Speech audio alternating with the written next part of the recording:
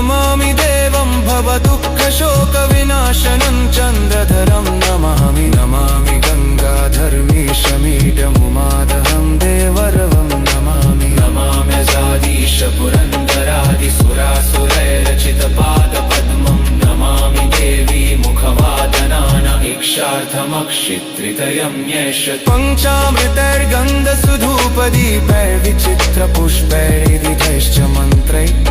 अन्नप्रकारैः सकलोपचारैः सम्पूजितं सोममहं नमामि देवं भवदुःखशोकविनाशनं चन्द्रधरं नमामि नमामि गङ्गाधर्मीशमीडमुमादहं देवरवं नमामि नमाम्यजादीश पुरन्दरादिसुरासुरैरचितपादपद्मं नमामि देवी मुखवादनान इक्षार्थमक्षित्रितयं येष